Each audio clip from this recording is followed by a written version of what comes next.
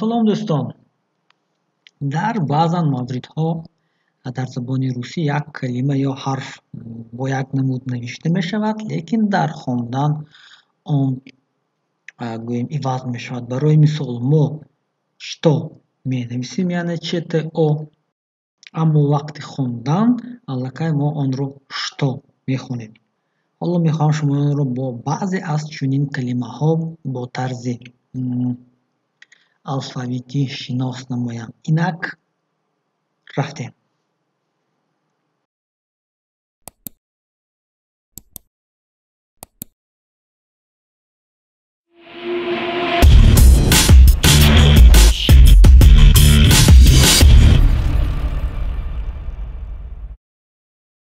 ما می نویسیم часы یعنی часы.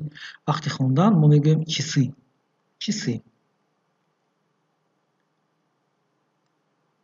اهمیت میدهیم. هنگام نوشتن زوب می نویسیم یعنی زوب می نویسیم یا улыбка می نویسیم، لیکن وقتی گفتن ما زوب улыбка میگیم یعنی улыбка نمیگویم، улыбка.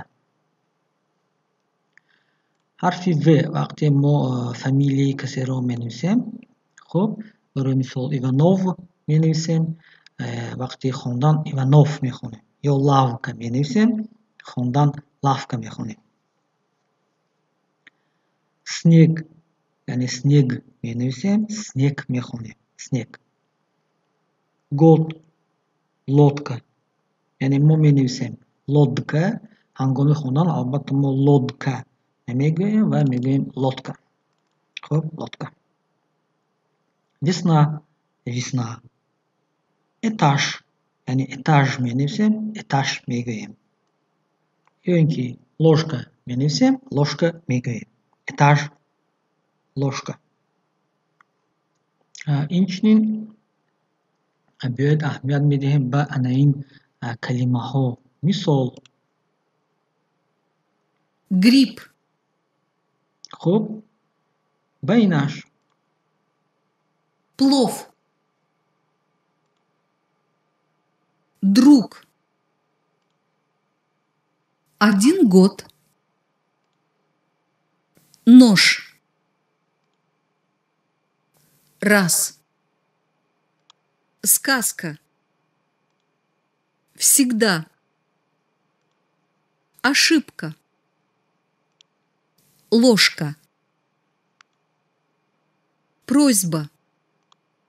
вокзал. отбить. в парке. в шкафу. в саду. یعنی برای مثال اگر پیش از کلمه و آمده باشد، خب و آمده باشد، آن چون حرفی ف خونده می شود. в шкафу.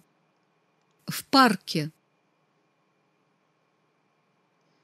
حرفی س آمده باشد چون می بینیم ز خونده می شود.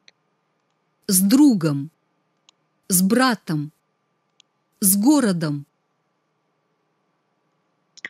در آخر اگر س یا ц باشد آن چون ц خوانده می شود. مثال учиться, одеваться, мыться. بار دیگر учиться, одеваться, мыться. در آخر کلمه یعنی اوگو یا یگو آمده باشد چی؟ او و او یعنی این هم دیگرگونی می شود. باید این رو نیز می بینیم. того. какого. молотого. молотого. какого. того. خوب چنین قاعده ها در زبان روسی بسیارند. البته ما در درس های آینده حتما به اینها یعنی حتما به این سوال و مسئله ها روشنایی می اندازیم. برای کار دوستان دائما موفق و سلامت باشید.